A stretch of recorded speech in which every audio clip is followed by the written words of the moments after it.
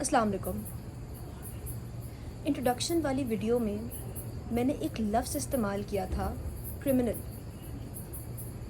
आज उसी लफ्ज़ से मुतल्लिक मैं चंद पेचीदा पहलू आपके सामने पेश करने के लिए दोबारा हाजिर हुई हूँ। तो अर्ज़ ये है कि हमारी सोसाइटी के कुछ सेट पैटर्न्स हैं, कुछ रिवायात हैं, कुछ सोशल कल्चरल ट्रेडिशंस हैं जो कि अब एक्सपेक्टेशंस बन चुकी हैं। और अगर आप उन एक्सपेक्टेशंस पर पूरा नहीं उतरोगे तो आपको मुजरिम तस्वर किया जाएगा। फॉर एग्ज़ाम्पल, मैं जिन चीज़ों के बारे में बात करने वाली हूँ, ये एक अच्छे माशरे के अंदर या किसी भी माशरे के अंदर ये बुनियादी हकूक़ हैं, आपके फंडामेंटल राइट्स हैं, आपको मिलने हैं। फॉर एग्ज़ाम्पल, आपका हक है कि आप जो मर्ज़ी रिलीजन फॉलो करो। आप अपना एक रिलीजन क्या, अपना एक मौक़िफ़ तब्दील करके तो देखो। आप ये कह के तो देखो कि ये जो बात आप लोग मुझे बता रहे हैं ये शायद मिस इंटरप्रिटेशन है, इसको दोबारा री इंटरप्रेट करने की ज़रूरत है। Freedom of speech.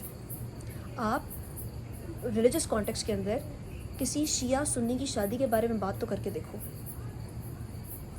आप एक मेन स्ट्रीम मस्जिद में जाकर किसी दूसरे फ़िरके की नमाज़ पढ़ के तो देखो। आप क्रिएटिव एक्सप्रेशन ले के तो आओ। आप अरेंज्ड मैरिजेस को रिफ्यूज़ करके तो दिखाओ। वुमेन्स ऑटोनॉमी के बारे में बात तो करके दिखाओ, नॉट टू मेंशन।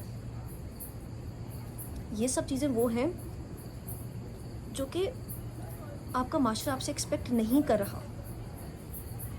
तो आप इनको क्राइम का नाम देने के बजाय नॉन कन्फॉर्मिटी भी तो कह सकते हो, इनको डिवियंस भी तो कह सकते हो। क्रिमिनोलॉजी के पहले चैप्टर के अंदर ही आपको ये बात पढ़ा दी जाती है कि कोई भी नॉन कन्फॉर्मिटी जुर्म नहीं होती। कोई भी गैर समाजी या गैर रिवायती समाजी सरगर्मी मुजरिमाना सरगर्मी नहीं होती। सोसाइटल नॉर्म को चैलेंज करना तो रेवोल्यूशन भी हो सकता है। इस्लाम खुद एक रेवोल्यूशन था। और आपने तारीख में बारहा French revolution, American, Bolshevik, multiple revolutions पढ़े। लेकिन हम इन चीज़ों को, किसी नॉन कन्फॉर्मिटी को, किसी डिवियंस को क्राइम की तरह ट्रीट करते हैं। और जिन बातें मैंने आपको ऊपर गिनवाई हैं उनके नतीजे के अंदर जो माशरा आपके साथ करता है,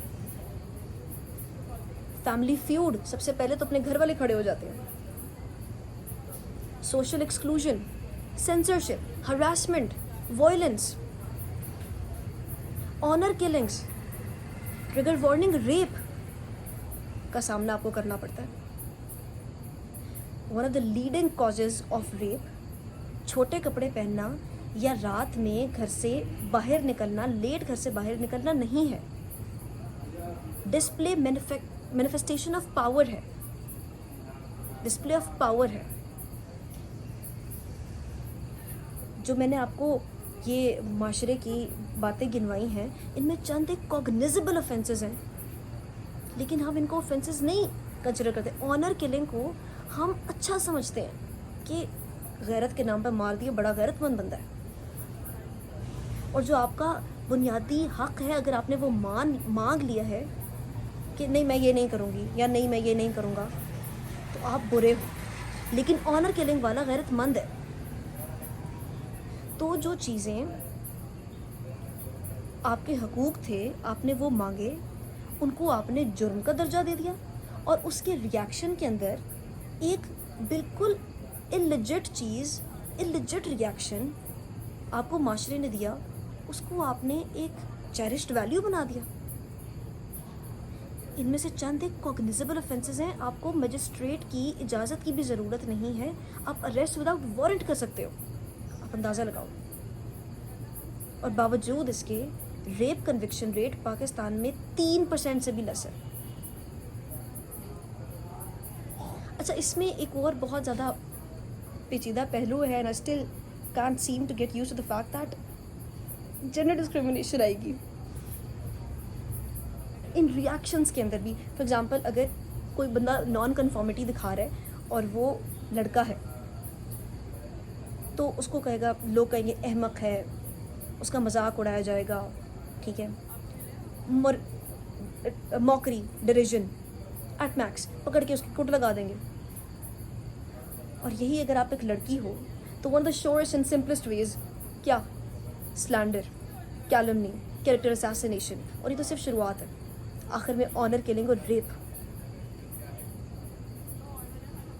नेवरदलेस लड़के और लड़की दोनों को किसी ने अगर नॉन कन्फॉर्मिटी शोकेस की है तो नताइज भुगतने पड़ेंगे। अच्छा, नताइज भुगतने तो पड़ेंगे, लेकिन ये नताइज देगा कौन, माशरे में देगा कौन? अरे वही जो स्टेटस क्वो को मेंटेन करके बैठे हुए हैं। Like you are challenging the status quo in the face of people who are invested in maintaining it. कौन लोग हैं ये? इसका जवाब टू प्राउंड है। एक तो आपकी पब्लिक है, वो कोई ऐसा पॉपुलिस्ट किस्म का ओपिनियन लेके आ जाएगी जो कि बड़े बड़े मसाइल को ओवर सिंप्लीफाई करके आपके सामने पेश कर देंगे ताकि रिलेटिबिलिटी का फैक्टर मेंटेन हो। आप ऐसी रोटी कपड़ा मकान वाली बात कर लोगे, ठीक है, कि जो सब लोगों को समझ में आ जाएगी, और यही उनका फियर है। आप उनके फियर्स को एक्सप्लॉइट कर रहे हो, उनकी एंग्जाइटीज़ को एक्सप्लॉइट कर रहे हो और अपना नैरेटिव बना के दे रहे हो, और वो क्योंकि सब लोग कर रहे हैं, आसपास के लोग कर रहे हैं, तो वो चीज़ नॉर्मल हो जाएगी। Like familiarity breeds credibility. You tend to believe stuffs, you tend to believe things which are repeated so often even if they're incorrect. बेशक उनकी जो इमारत है वो irrational grounds के ऊपर खड़ी हो, लेकिन सब लोग कर रहे हैं। और दूसरा, जो हायर अप्स हैं, पावर डायनामिक्स, वो अपने ज़ोरे बाजू से, वो अपने पावर से आप पर कोई चीज़ मुसल्लत कर देंगे। और जैसे सेंसरशिप है, ये कोई भी चीज़ तो आप उसके खिलाफ नहीं जा सकते, एक नॉर्म सेट हो गया है। हमने क्रिमिनोलॉजी में एक बात पढ़ी थी कि कोई भी चीज़ को नॉर्मल का लेवल देना हो तो it's not more a question of whether or not it is actually and rationally normal, but it's more a question of whether or not are you able to impose your definition of normalcy on others. You're free, for example, to wear your underpants on your head and wander around singing I'm a little fairy. बस सब आपके पास एक झुमगुट्टा होना चाहिए और सब ने अंडरपैंट्स अपने सर पे पहने हो और वो गाना गाते फिरें, वो नॉर्मल कंसिडर किया जाएगा। बहुत सारे लोग कर रहे हैं और चंद एक गुजरता हुआ बंदा कहेगा शायद मैं ही गलत कर रहा हूँ, मुझे नहीं पता। तो जब बहुत सारे लोग मिलकर, रैशनैलिटी की बात ही नहीं है, ताकत की और अवाम इकट्ठी करने की, तो इनके सामने जिन्होंने नॉर्मलसी को या सोसाइटल नॉर्म्स को डिफाइन किया हुआ है, आप जब स्टेटस को चैलेंज करते हो तो ये आपको रिएक्शंस देते हैं, उनके अंदर आपके घर वाले भी इंक्लूडेड है।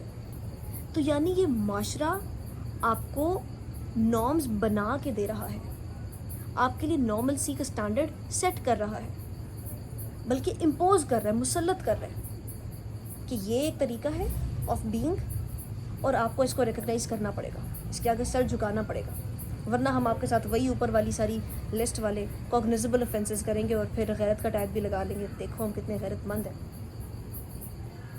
आपने खुद नहीं बनाए होते सोसाइटल नॉर्म्स, ना आप बना सकते हो। जॉन लॉ की किताब ऐसे कंसर्निंग ह्यूमन अंडरस्टैंडिंग के अंदर उसने एक बहुत खूबसूरत लफ्ज़ इस्तेमाल किया हुआ है, लैटिन फ्रेज है बल्कि, टैबुला रासा, यानी कि खाली लॉ, ब्लैंक स्लेट।